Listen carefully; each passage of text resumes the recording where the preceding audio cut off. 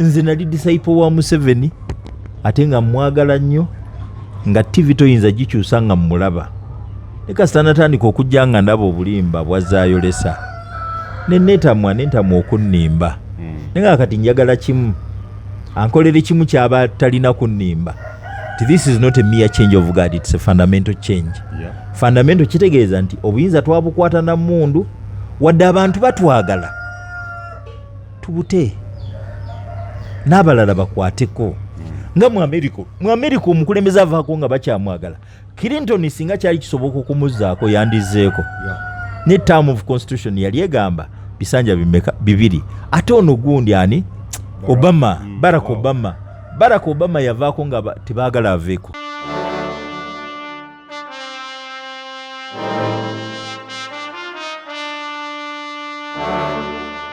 President ekirabo kyayinza okuwa bannayuganda okubeebaza okumwagala kwe kubagamba mwategedde nti abangamba obutava ku main sijja givaako ngenda kudda ebbali nsigale nga ndaba bwe bitambula. That would be the best. Otherwise Kiyingi bangi bakyafa ng'ennaku ebali ku mitima. Kiyingi was not a bad man. No, okay. Kiyingi was not a bad man. He stood for what everybody could have stood against. Fenna tukoowa.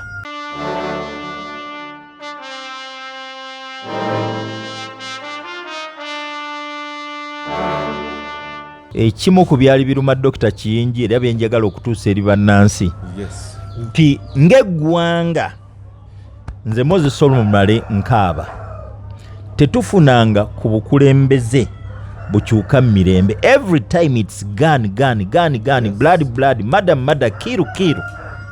Ate buli ajja n'atusuubiza nti mulokozi n'agamba nti it's not a mere change of God, it's a fundamental change. Ate bwe tugenda okulaba ng'ate abalala bye baakola ono akoze n'ebisingawo obubi. Kati ekyo kye kiruma. So sad Aggrey Kiyingi yafudde talabye enkyukakyuka z'abadde ayagala.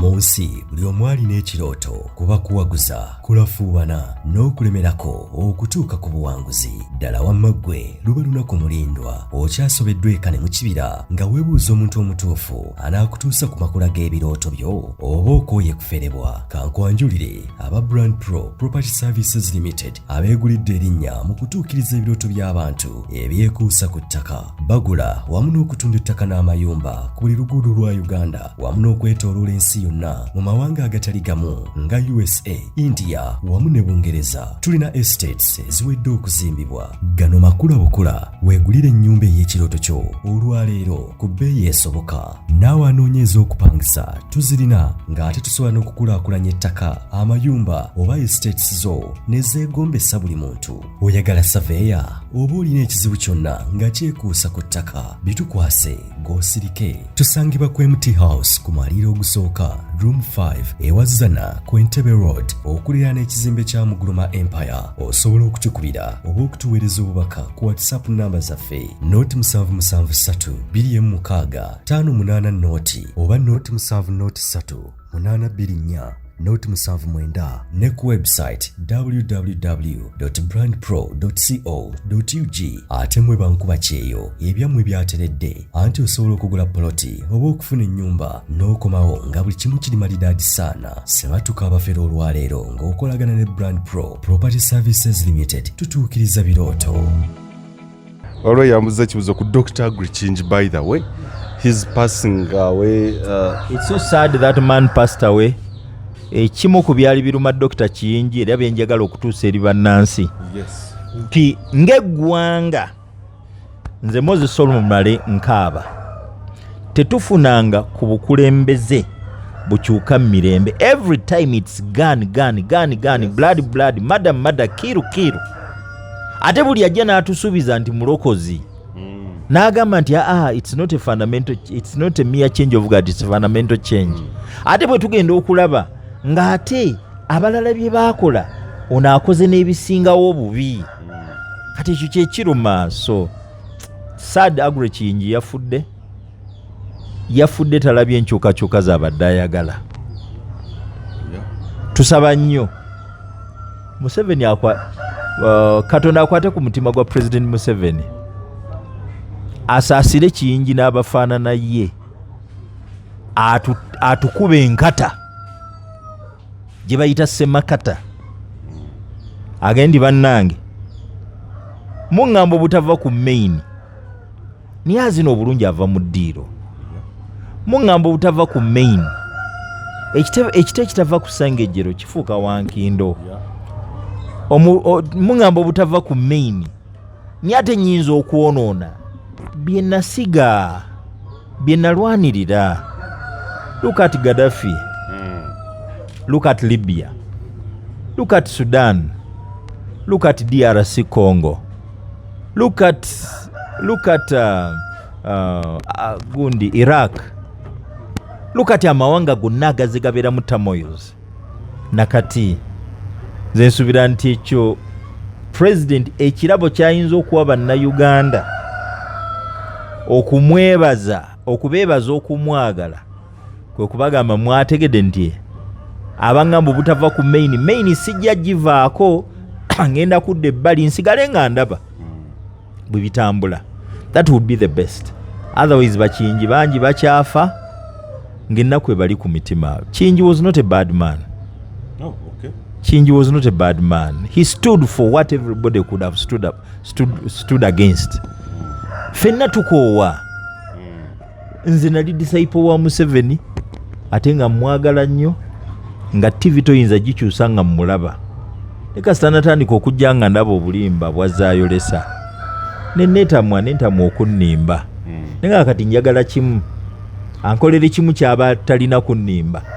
This is not a mere change of God, it's a fundamental change. Yeah. Fundamental kitegeeza nti obuyinza twabukwata na mundu wadde abantu batwagala. Tubute. N'abalala bakwateko. Nga mu America omukulembeze avaako nga bakyamwagala. Clinton singa kyali kisoboka okumuzzaako yandizeeko. Ne term of constitution yali egamba bisanja bibiri. Ate ono gundi ani? Obama, Barack Obama yavaako nga tebaagala aveeko. Clinton nzijukira olunaku lwe yasembayo okutuula mu Oval Office lwe yasayininga decree esonyiwa mukoddomi we. Ogijjukira?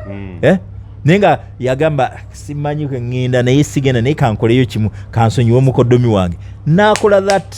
Nasayininga that. Nga tewali agenda mu criticizinga. Akikoze ate tewakyali akyandoinga. Namuta. So that can happen. Gwe tunaabeera tutyawo buli kiseera ono tava mu ddiiro. Why should we have the country at stake? Tubeere ku bunkenke. Kiyingi ekyamuleetera obuzibu kwe kuba nti yayagala enkyukakyuka.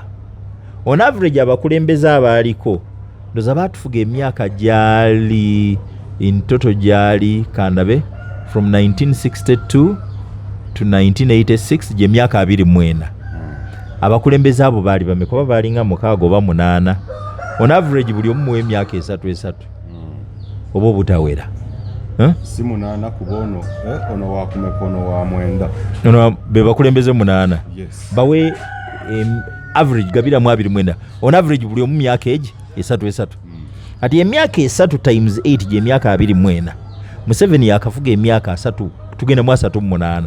Yafuga ejabali gyonna n'agimalako. Neyeyongera gye yeyongera gituse mu halfway. Actually giyisiza mu halfway. Kwa 14 24 gatako 13. Yakafuga ebisanja byabali byonna ngo bigasse omulundi gumu n'ekitundu. Okiraba kyokata navaako. Ne mu kuvaako era tulaba ntitagenda kuvaako kubanga ne mutabani bamuyita standby generator. Standby generator why? Teri yobalala. Is it a monarch? Is it a dynasty? Okiraba bye biruma bannayuganda. Amini bamulwanyisa kweyita life president. Kyokka emyaka gye yafuga gyali 8. Ne bamulwanyisa okubeera life president. Ate ng'omu ku bamulwanyisa ye president waffe Yoweri Kaguta Museveni. Oba teyafuga ebisanja bibiri. Yali alwanyisa wa myaka 8. Wa myaka 8. ye akafuga ejamini emirundi 4 actually agenda mu 5 ajja kuba afuze ebisanja 5 ebyamini okiraba ebisanja bita Amini yeeyita life president naye yafuga emyaka 8 ono teyeeyita life president yakafuga emyaka 37 gy'emyaka 8 bigenda kwera ebisanja 5 ebyamini mu bbiri meka kino ekisanja kye wekiggwerako ajja kuba afuze emyaka 4 yamini emirundi egi aba tatukalakase gwe nozaala nazaala abaana ne bazaala abaana ku mulembe gwe gumu mulembe gwa Museveni kiraba singa wabaddewo anything better I wouldn't complain nagenda nga mu ddwaliro ng'enzijanjaba eri fine kyengenderayo nkisangayo kati tebiriiyo bw'oba obifuna byakusasula kiraba expensive enguudo at least baali bazikoze kati atugamba nti akoze enguudo naye addaabiriza buddaabiriza ebisinga obungi naye ogenda okulaba nga buli kimu kyonna kiri nagalaale bw'olaba amasannyalaze gaali galayisi kati ga bbeeyi ate gali on off abasuubuzi bangi by the way ffe mu production okimanyi nti amasannyalaze gatusaze ne gatusala masannyalaze gavaako one day generator ne runninga n'okozesa emitwalo aga one day onogaggawala ddi olivaayo ddi ate bwe gwokya ebyuma era ekimu ojjukira waliwo hakyala esaidi y'emukono oba yali y'abaani amasannyalaze kigagakola amagi gonna ne gafa enkoko ne zifa abo baayavuwala umeme efugibwa ki bagwira Amini yagoba ki bagwira kankulambululire njagala omulire banks za wano nga ziri indigenous zikwato ziri sitting lutunadda twogere ku economy eri mikono gy'abannansi gy'abagwira banks zonna nga bw'oziraba ndoza tulina mu DFCU simanyi oba yaffe 100% Centenary erimu paapa then kati y'abannayuganda eriki commercial bank baagitunda cooperative bank baagitunda kati banks zonna abusa mpozi post bank bubanka obutonotono obwe bulinga obuliwo naye ng'ate nabo kati ovalaba nti bamanerenda bali mu kubba bantu bababba ne bababa and they are totally ruthless bamanerenda sente bazijjawa bazijja bannaffe abakola mu gavumenti kubeera bali mu gavumenti olumbe bakozesa n'okozesa so kati sente bazijja mu gavumenti ne baziwola abantu ku bakitaki ku interest ey'ekika ekyawaggulu abantu ne balemu okusasula bwe balemu okusasula ne babatwalako ebyabwe kivulaba abantu bakaaba tosobola kutambuliza economy ku bamanerenda these are money sharks these are thugs Museveni akangamu bukanzi naye ng'ate sente eziva mu basajja be n'abakazi be be bali mu bitongole bitali bimu noga nti tezigendagenda mu banka kantandike money lending bakozesa baana baabwe bwegenda ozinoonyereze those money lending institutions zonna terrible so kakati bwe tuba nga tulina kye twetaaga kyonna tulina okukola ekintu kimu okulaba nti tulina ebikyuka bwe tunaba tetulina bikyuse tetulina gye tujja kulaga Musumba Aggrey Kiyingi bwafiidde nga gavumenti emutwalanga mu tujju nti adda sponsoringa ADF ebyo bya bulimba kakati Museveni ye musajja omuyekera gwe twasinze okulaba olutalo lwe lwasaanyaawo bannayuganda basoba mu kakadde eruweera singa baamukwatako between 1971 ndoza up to 1986 baali bamuvunaana gwa butujju baali muvunaana gwa bubbi kuba ne banka baagirumba embalala ne babba currency center era singa baamukwatako baani muvunaanya ogw'obutujju bamala omuvunaana ogw'obutujju omanye ekyandibaddewo kyandibadde ki kumuggyako mutwe tebaamuggyako mutwe kyekyatutaasa kababa tebaamuggyako mutwe kyatutaasa kati lwaki bagamba nti ate ono ye mutujju gwe gwoyita omutujju tudde asobola okutandinga out okubeera freedom fighter ku mulembe gwa Amini ku Gwobotetu Museveni yali mutujju yeeyubula atya okutuuka okufuuka freedom fighter kati abaliwo ku mulembe guno bebamulabanga freedom fighter ate abamu bamulabanga nga oppressor abamu bamulabanga oppressor nga dictator nga tyrant tebamulabira mu kifaananyi kyawukana na kyamiini lwakuba yali mu buyinza tolina musango gw'osobola muvunaana kuba ne constitution egamba ng'Obote bwe yagamba nti obuyinza mbweddiza siwawaabirwa kati president tawawaabirwa otherwise singa naye tusobola omukwata ne tumuteeka wali wandabye emisango gye bamuteekako kivala nga ndagamba the best way to get rid of Museveni kwe kumuwa soft landing vaawo tetujja kuvunaana oba bakuvunaana bubbi ebyo bife oba bakuvunaana butemu ebyo bife at least obikoze nga president teri mulembe gutatta teri president atatta taliyo Musumba President Museveni ndoza wakyogerako eri emabega nga tukyali ku TV programs zetwakolanga nti abadde akyagenze kurecordinga abantu abali mu exile over ebintu ebya politics babadde bakendedde unlike now do you see many people ne Dr. Kiyingi afidde mu exile bangi nnyo bakakwenza banika kati bwowulira bannayuganda basinga they left Uganda because of political reasons ebintu bikyusa abaava kuno ne bayingira exile ne beegatta ku Museveni mu myaka g'7 n'ekinaana baavaako because of abuse of power because of kyetuyita extrajudicial killings because of repression, oppression, arbitrary arrests, because of murders n'ebirala bye byatwala abantu ebweru bwe bibanga bye bimu bye biriwo kitegeeza tetufunanga fundamental change ekyo ekirumye Kiyingi naafa nga tagifunye kwanza ensuubira singa twasigala wali Museveni we yatandikira nga 1 awuliriza 2 akyusa ne kati okubeera nti ali just too rigid nze nkubuulira tutambula ne wesanga nti basibye ekkubo balisibiddaani mukulembeze nasoma akatabo Betrayal in the City nga president tyrant alagira tibadire abaana babateeke ku masomero balinde president ayitewo n'abantu bonna babalagire kati abakulu bo nga bacomplaininga tituyinza tutya okudda ku street tulinde president ayitewo atuyise school children ne kati actually it is deliberate abantu okubanga ababalaga nti baagala president basiba makubo ayitewo nga bayimiridde aziifu bamulinze mu kwagala naye ate naye atambula abulizaayo omutwe kuba basinayipa naye abatya ali mu bulletproof amadika yatambulanga talina escort efaanana etyo yatambulanga nga amakubo tebagasiba lumu actually yayanukula ku TV yatuza banamulaga nti amakubo gasibibwa okay nga mpitawo naye security reason naye tugenda bitereza byo binaaterera ddi kwanza ndaba bulunaku kyeyongera bweyongeze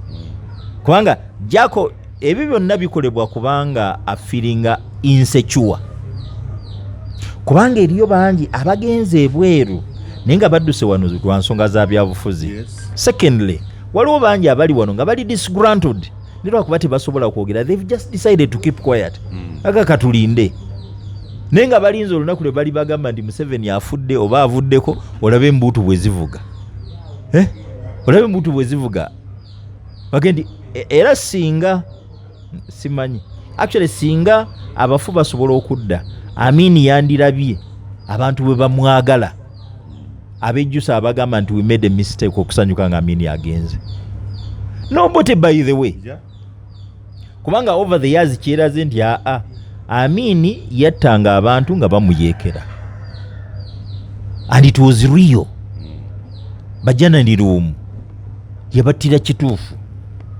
tewali mukulembeze yandi basitomakinze ne Museveni tasobola basitomakinga olaba ku mulembe guno gwagamba nti abasitomakinga Bakiyingi bafiiridde bweru kakwenza wuyo ali bweru n'abalala bangi not one not two so I think ekimu ku bituleetedde obuzibu be bannaddiini nze njugira ku constituency mwendi bannaddiini have become so compromised era bannange byonna byonna ebisoba mu ggwanga bannaddiini be ready to pay the price. Mwe musiisiriza, mwe muwa essaala, mwe mulya ssente z'ababbi, mwe mubasabira essaala ennene, mwe mugamba buli kimu kiri bulungi so ng'abantu bakaaba, mwe mutamanyi bantu batalina bujjanjabi, mwe mutamanyi bantu bwe basibwa nga tebazizza misango, mwe mutamanyi bantu bwe bababbako mataka mpozi nga babbiga kyaki oba gammwe, mwe mutamanyi walabye sheeki gwe basse naye nga bafa lwa ttaka mu muzigiti. Why would we go that far? Kitegeeza abantu balina bwe batuuse ne balaba nti normal justice tekola. Kati batwalira amateeka mu kimu ngalo. Omuntu tebamuwa na benefit of doubt gamba nti kayeewozeeko. Oli ajja na busungu bwabo mumalirako.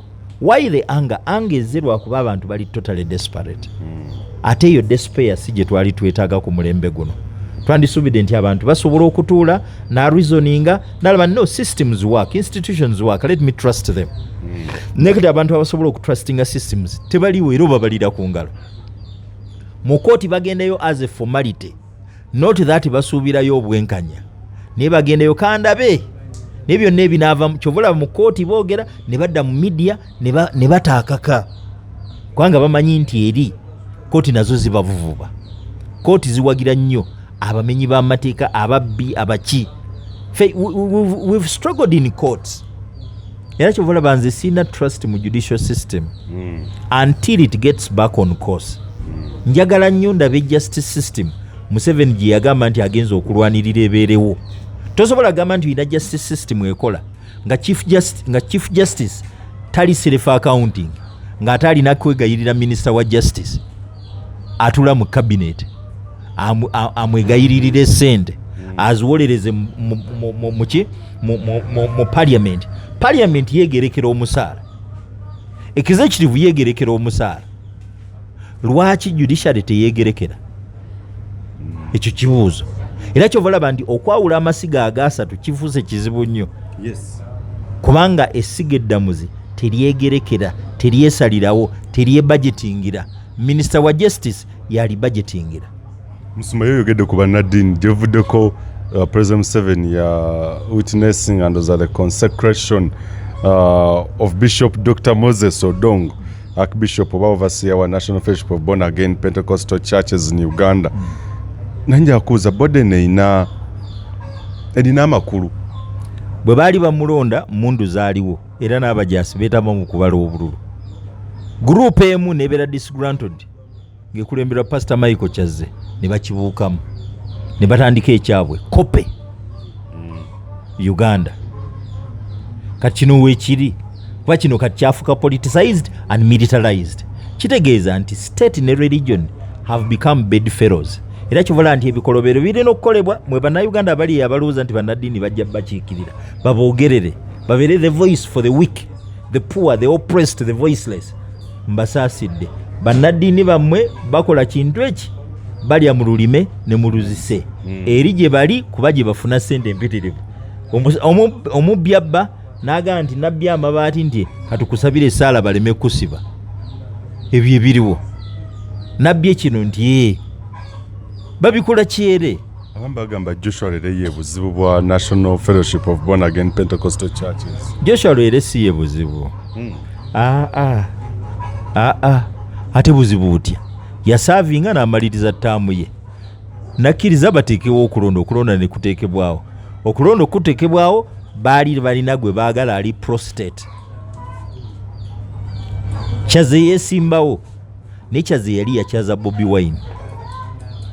Nga state eyinza mukkiriza kuwangula kalulu. So the election was rigged in favor of Moses Odongo. Kyaze n'akola ekikye ne ttiimu ye. Gurupu yonna Nadiyo, Bwanika bona bangi nga bali eyo. Bagamba nti ne mukulu wange Simeon Kayo n'agamba nti zakati omukulembeze wange ye Pastor Michael Kyazze.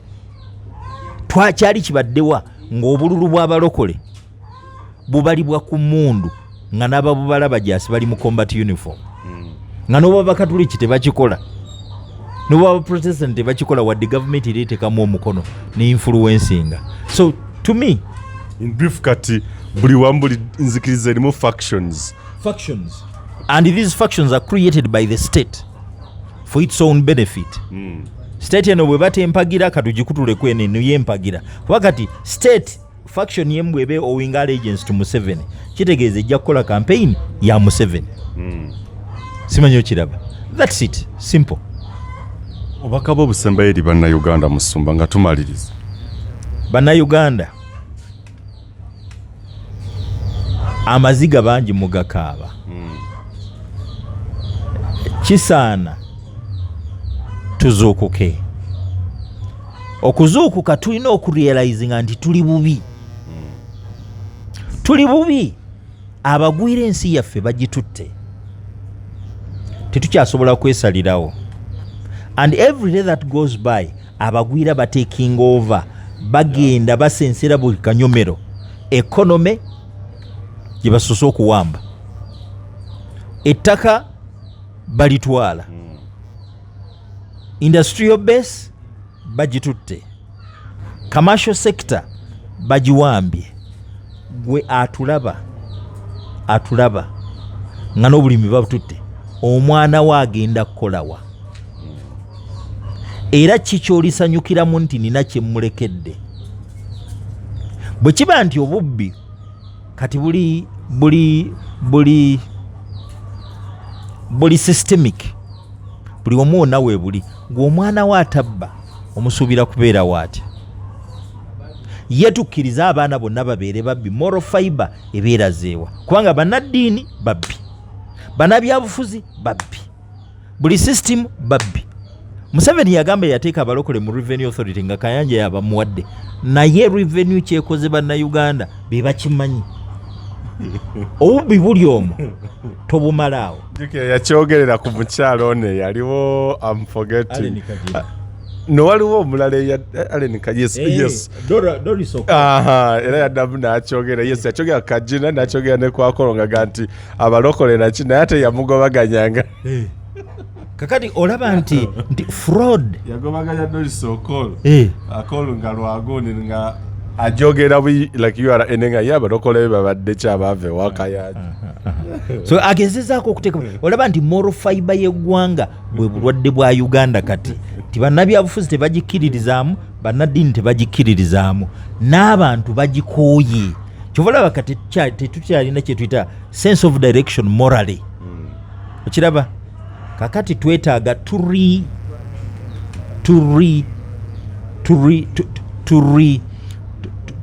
to renavigate our moral journey tuddemu tulutambule tuddeyo ku nnono zaffe tuddemu ku mpisa kubanga lwaki njogera bwe ntyo ne bwolaba nti bannabyabufuzi batulimba bamanyi nti tetwagala mazima kyova batulimba they are perennial liars. Tewali munnabyabufuzi atali perennial liar tudde tewali n'omu tandikira ku Museveni okke wansi perennial liars. Abantu baagala kuwulira ki? Baagala kuwulira nnyimba kambayimbire empenkoni baagala kubiwulira ki? Nnyimba kambayimbire mpozi Bobi Wine yayimba luyimba ki? Alina oluyimba lwe yayimba balwagala nnyo ne twetaaga tuddeyo ku nnono Kiza Besigye luyimba ki? Fungua mulango Besigye naingia fungua barabara nga akabujingo kakola fungua barabara mukyala wangajja makulajja fungua barabara makulajja agati ebyo na ne bizerwa kubanga moral fiber yaffe yafa era ndoza bwe wabaawo omulimu gwe tulina okukola is rebuilding the moral fabric of society kuba tekyaliwo tosobola kublaminga baana nga bakulu tobablaminze tosobola kublaminga bakulu nga bannaddiini tobablaminze simanyi okiraba bannaddiini would be the moral custodians of morals be basoose okwonooneka ebisiyaga bubbi bufere kupanga bujulizi nabiki every filth ekolebwa abakiba nti bannabyabufuzi nabo bamanyi nti bano bapanga bantu kati ffe lwaki tetubapanga akati kangambe kabaka wange kabaka wange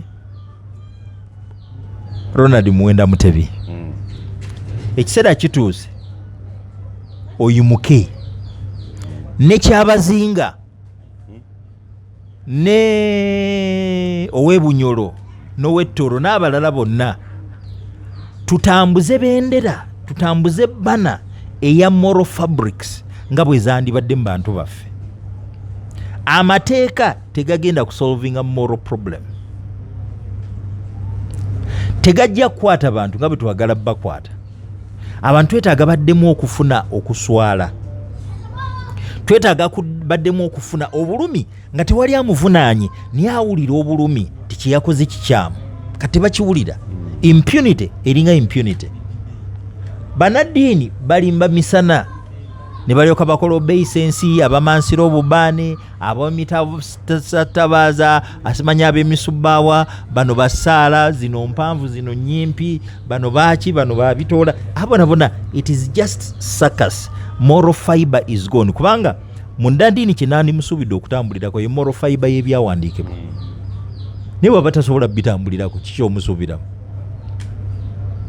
Katuddeyo ku moral fiber ng'Abaganda, ng'Abanyolo, ng'Abanyankole, nga ki ojja kwesanga n'amateeka gonna ge baleeta gaba tegakyatukwatako kuba ebintu byaddressinga nga bwe tuteeka byaddressinga.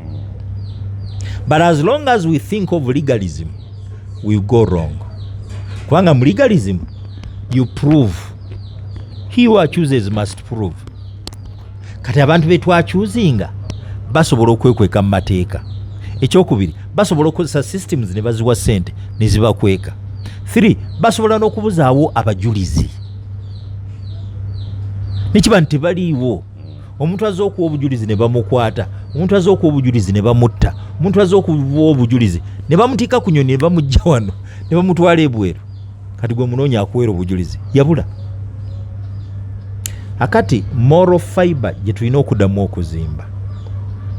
Bwe tunaaba tunalwanyisa ebisiyaga, paapa byayogera mu biwulira. Paapa alya mu lulime ne mu luzise, tomusuubira kulwanyisa bisiyaga.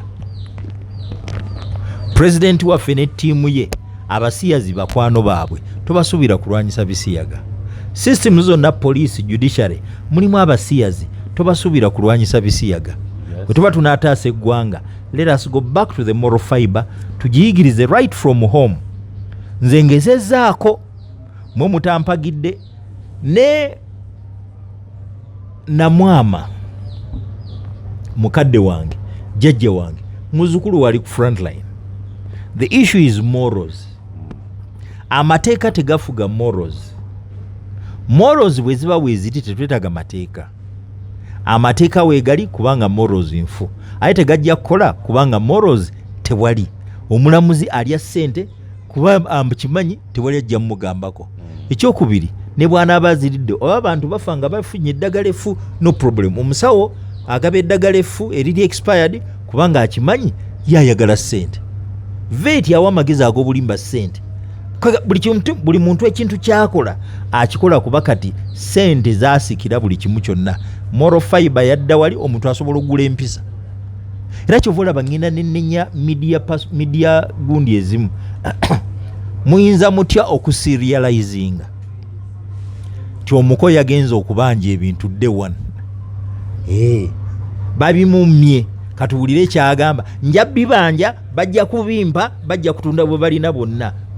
Eyo day one ne mugenda ku day 2 tuzzeeyo. Omuka agamba bwati bano beekwese tuzzeeyo ne mugenda ku day 3 day 4 and you saw that simanyi. Sinze president sinze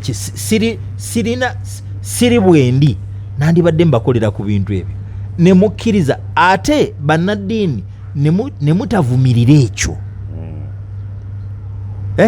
Kubanga media epedolinga ekyo kitegeeza nti yagala bwe bityo bwe biba bibeera kuba bo bibaagala bibafulumya.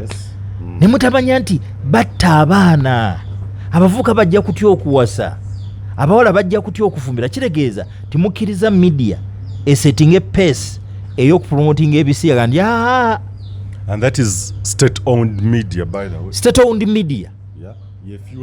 Yeah. Ne bafulumya story n'omulala najja ti noono naye wuuno naye agenda kubanja bintu bye katumubaleetere tugenzeeyo. And you see that rubbish. Bannanga abakola mu media mwenna mwandikyusizza. Si state media yokka niza abalokole nazo zibitaddeko. tiwuuno agenze kubanja bintu ogalaba amawulire simanyi gano gataliiko ki simanyi gano simanyi agakoze eki simanyi gano agakoze eki ayo bwe bagakola ate basinze nnyo obifulumya mu mawulire ag'ennimi ezaawano mu mawulire ag'ennimi endala tebibeeramu tebibeeramu Kabaka Mutebi nkukubira omulanga ne Katikkiro nkukubira omulanga Katikkiro Charles Peter Mayiga nkukubira omulanga Namwama nkukubira omulanga n'abataka mwenna lwaki baana bammwe bebateeka ku ntimbe za TV tibagenze kubanja bintu lwaki tebateekako baabalala lwaki bazzukulu bammwe bebateekako tibagenze kubanja bintu omuwalanga gandi enzeeyo simuddira tamalaako kiri mu Luzungu kiri mu Luganda tamalaako kiri mu Lulugwala kiri mu Luganda tamalaako kiri mu Lunyalwanda kiri mu Luganda lwaki temuzuukuka okutereeza morals obufumbo bw'abaana bammwe bugenda bw'ogenda okutunuulira chain ey'abali ku activism ey'okutumbula ebisiyaga wano ogenda okulaba nti amannya agasinga okuvuga gammwe wano bazzukulu ba Nambi. Wake up and wake up. Sijja kwogera bingi nze nkoze ogwange akatabo kange nkyakaliko maliriza almost the final edit but this is the book nabagamba abasobola musupportinge tukafulumye kasobola okuzimba moral fiber ebisiyaga akatabo kano lyeddagala ly'ebisiyaga wano kuba kalimu buli ddagala buli prescription omusawo gye yandikoze singa tubadde mu busawo medicine kyandikolera naye kati prescription buli kyo oba ki kano tekayinza kukkiriza kuleka muntu nga musiyazi kubanga kalimu eddagala lyonna nkawandiise sinalaba bannayuganda bannyamba naye bagamba bugambi tuli naawe efyu bambi muvuddeyo ne mukola contribution ne contribution temala nandyagadde bannayuganda mwenna muveeyo musobola okuwagira abalaasi ne muwagira abayaga ne muwagira ne mukola embaga ezimenya emiti naye abaana be mugenda okuzaala nga mmaliriza embaga bagenda kutambula batya Bulaaya ekaaba lw'abaana bayingidde bisiyaga America ekaaba bisiyaga wano much of the kyetuyita middle income ne upper class bakaaba baana kubeera mu bisiyaga. What are we up to?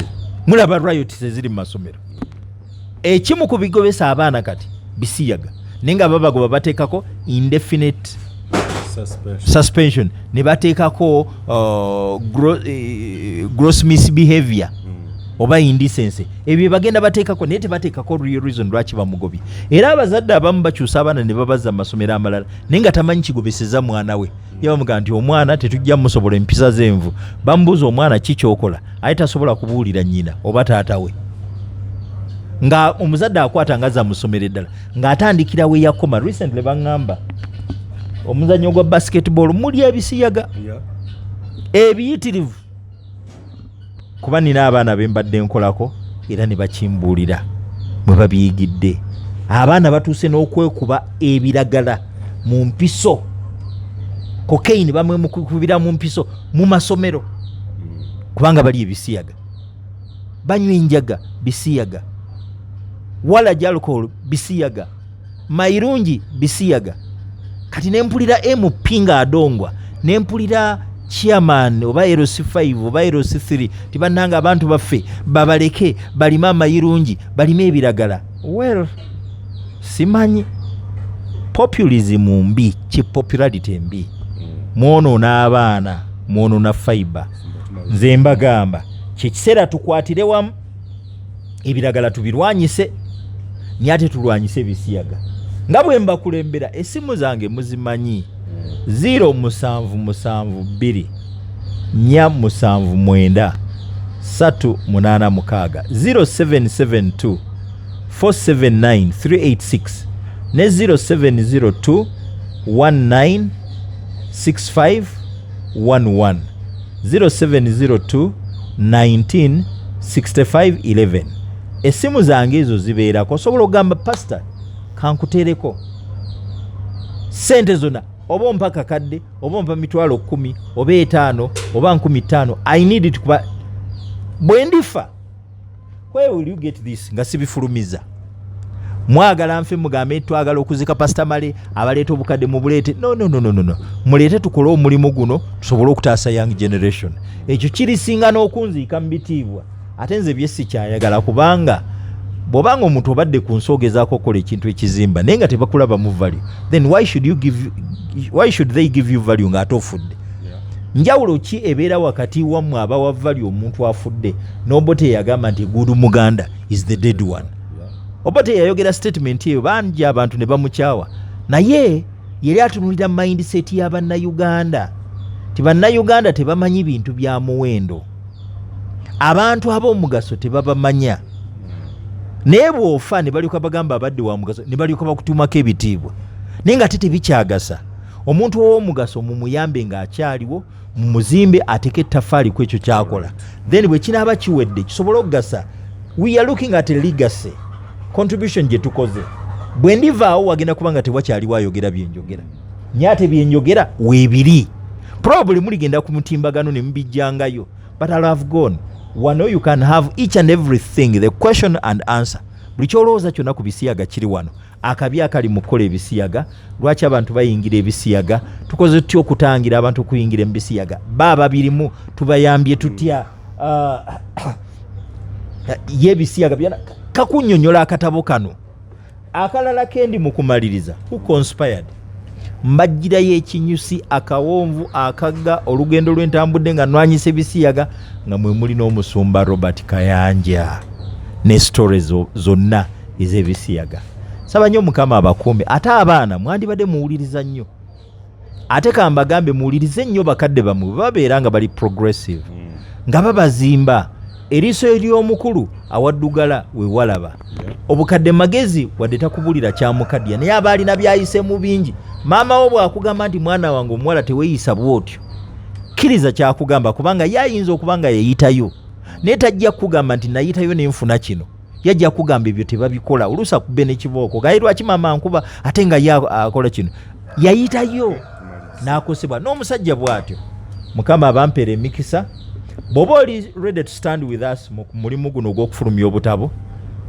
nze pastor Moses Solomon Male osobola okugamba Musumba naawe njagala kugulako enkoko nze mbagambye enkola nnunda njaluza era enkoko muziwulira mu background sibagamba kyesobola kukola nnunda njaluza era bwentyo mu kukola mwenzija kyendya nga bayibuli bwegamba nti muntu yozo mwono janga kyolya ate kamba sembyeyo ne kano bayibuli tetugamba nti bana atusabira busabizi okufuna byetulya ofuna emikisa egamba onoonyitanga okukwata ebiragiro byange emikisa gino ginaabeeranga naawe mu kibuga mu kyalo ng'ofuluma ng'oyingira mu nnimiro yo mu bisibo byo ebibala by'emikono gyo naabiwanga omukisa ekitegeeza katonda takuwa mikisa kuwoosaba nnyo bakusabira oba osula mu kkanisa oba okwata bayibuli enene oba faaza yakusabidde oba pasita oba kabona oba bishop oba akibishop oba nabbi akuwa emikisa kubanga ozuukuka n'obaako kyokola mu ekyo kyokola mukama mwakuteera omukisa ate era ne Quran eri very clear nti riziki tekusanga mu buliri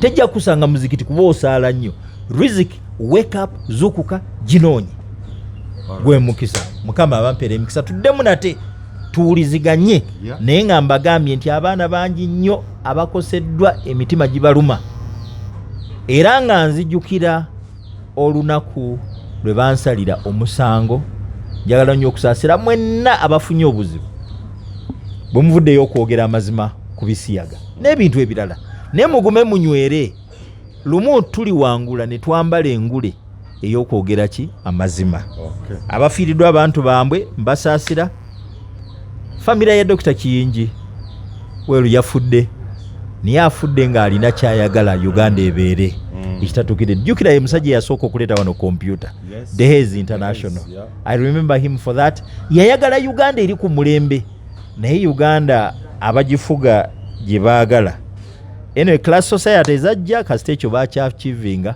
katulabe ebirala abasigadde mubeere ba slaves ng'abalala ba bourgeois abalala politique abalala religiosity abalala the high class tubeere mu class society naye bwe mutaazuukuke mujja kufiira mu bunkuseere. Mukama abampeera emikisa. Atakumira mpeera batukumule ye Musumba Moses Solomon Maye tetujja kusukka wano tukwatagana ate olala Katonda kuma amasomo gi. Uganda y'enkya